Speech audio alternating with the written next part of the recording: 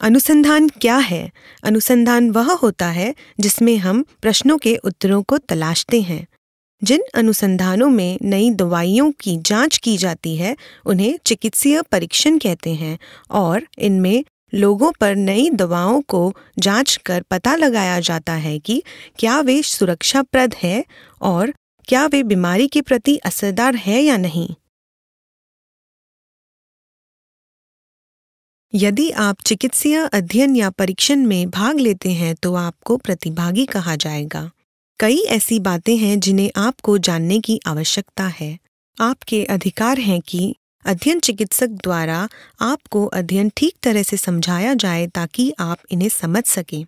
यह आपको परीक्षण की शुरुआत और आप द्वारा इसमें भाग लिए जाने के लिए सहमत होने से पहले समझाया जाएगा। दूसरा अधिकार यह है कि अध्ययन से प्राप्त आपकी व्यक्तिगत जानकारी को गुप्त रखा जाएगा और मात्र चिकित्सक तथा अनुसंधानकर्ता आपकी स्वास्थ्य जानकारी को देखेंगे। परीक्षण के बारे में किसी को कुछ भी बताने की उन्हें अनुमति नहीं होगी। यह सुनिश्चित करना अध्ययन चिकित्सक की जिम्मेदारी है कि वह आपके जीवन, स्वास्थ्य, निजता और गरिमा की संरक्षा करे। आपको जो भी बीमारियां वर्तमान में है या पहले रह चुकी है और जो दवाइयां आप वर्तमान में ले रहे हैं, उनके बारे में आपको अपने अध्ययन चिकित्सक को पूरी सच्चाई से बताना होगा। यदि आप इस चिकित्सीय परीक्षण में भाग लेते हैं और आप इस जानकारी को छिपा कर रखते हैं, तो आपके स्वास्थ्य को नुकसान हो सकता है। परीक्षण की समाप्ति पर आपको बताया जाएगा कि आपको अपनी बीमारी का ध्यान कैसे रखना है। परीक्षण के दौरान दी गई नई दवा आपको मिल सकती है और यदि नहीं मिलती है तो आप उचित देखभाल या उपचार ले सकेंगे।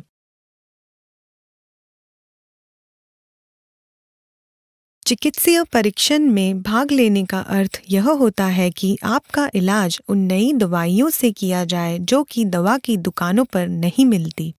हो सकता है कि आपकी बीमारी में भी सुधार आए, परंतु यदि परीक्षण दवा प्रभावी नहीं है या यदि आपको एक निष्क्रिय पदार्थ दिया गया है जो चिकित्सीय अध्ययन में नियंत्रण के रूप में किया जाता है, हो सकता है कि आपको अध्ययन दवा से फायदा न हो। अध्ययन से प्राप्त जानकारी से हो सकता है कि आपकी बीमारी वाले लोगों का बेहतर उपचार करने में सहायता मिले। आपको यह बताया जाएगा कि यह अध्ययन क्यों किया जा रहा है, मूत्र और रक्त जैसी कौन सी जांच की जाएगी और आपके उत्तरदायित्व क्या हैं। आपको हो सकने वाली कठिनाइयों और जोखिमों के बारे में भी बताया जाएगा, जैसे रक्त देने के बाद नील पड़ जाना अथवा दवाइयों से होने वाले दुष्प्रभाव और इनसे होने वाले लाभ। आपको यह भी बताया जाएगा कि अध्ययन कितने मास तक चलेगा और चिकित्सक से कितनी बार मिलना होगा। अध्ययन चिकित्सक से हर मुलाकात पर आपकी जांच और परीक्षा की जा सकेगी। चिकित्सक आपको अपने संपर्क विवरण देंगे ताकि आप आपात स्थिति होने पर उन्हें संपर्क कर सकें। आप किसी भी समय जितने चाहें उतने प्रश्न चिकित्सीय अध्ययन के बारे में पूछ सकते हैं। इस अध्ययन में भाग लेना आप पर निर्भर है। आप पर कोई दबाव नहीं डाल सकता और आपका सहमत होना आवश्यक नहीं है। चिकित्सीय परीक्षण की प्रक्रिया को पूरी तरह से समझने के बाद ही आपसे रोगी सूचना और सहमति प्रपत्र पर हस्ताक्षर करने के लिए कहा जाएगा। इसका मतलब यह होता है कि आपको जो भी बताया गया है उसे आप समझते हैं और हर बात के लिए सहमत हैं। हस्ताक्षर करने के बाद आपको एक प्रति दी जाएगी। कोई बात समझ नहीं आने पर आप अध्ययन चिकित्सक से पूछ सकते हैं।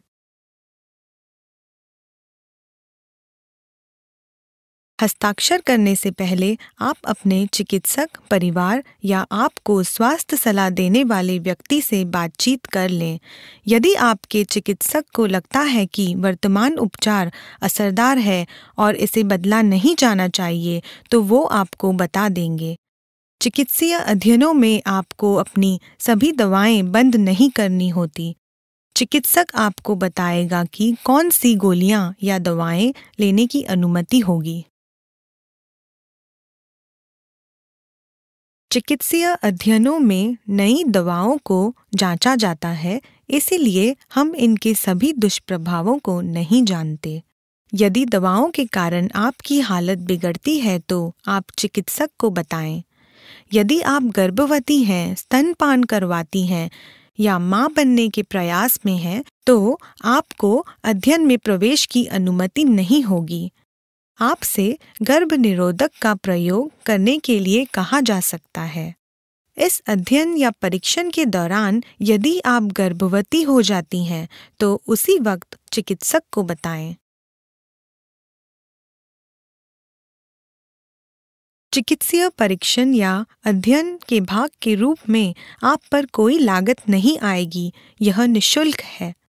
सभी दवाओं, उपचारों और जांचों के भुगतान के साथ कुछ यात्रा लागतें, वेतन भुगतान आदि भी दिए जाएंगे। परीक्षण में आपको क्या भुगतान किया जाएगा, यह आप शुरुआत से पहले अपने अध्ययन चिकित्सक से पूछ लें। चिकित्सीय अध्ययन का हिस्सा बनने के लिए या तो आप स्वस्थ हों या आपको वह बीमारी होनी चाहिए जिसके लिए नई दवाई को जांचा जा रहा है। यदि परीक्षण दमे के लिए है तो आपको दमा होना चाहिए। यदि मधुमेह के लिए तो मधुमेह होना चाहिए। यह महत्वपूर्ण है कि आपको बताया जाए कि आप क्या कर सकते हैं और क्या नहीं। यह महत्वपूर्ण है कि आप अध्ययन चिकित्सक का सहयोग करें और उनके सभी अनुदेशों का पालन करें। अपने अध्ययन चिकित्सक को बताए बिना फार्मेसी या हर्बल दवाओं सहित कोई अन्य दवा न लें। यदि आप अनुदेशों का पालन नहीं करते या अध्ययन दवा ठीक से नहीं लेते तो यह आपके शरीर के लिए हानिकारक हो सकता है और आपको अध्ययन से हटाया जा सकता है। अध्ययन में रहते यदि आप नई दवा से बीमार हो जाते हैं तो आपको निःशुल्क उपचार दिया जाएगा, परंतु आपको अध्ययन चिकित्सक के आदेशों का पालन अवश्य करना होगा। आप अध्ययन चिकित्सक से यह पूछ सकते हैं कि वह आपको समझाए कि यदि आप बीमार हो जाते हैं तो क्या होगा या सहायता कैसे प्राप्त की जाए। यदि आपको दवाई से कोई भी गंभीर दुष्प्रभाव हो जाए तो आपका मुफ्त इलाज किया जाएगा और इसकी भरपाई भी की जाएगी।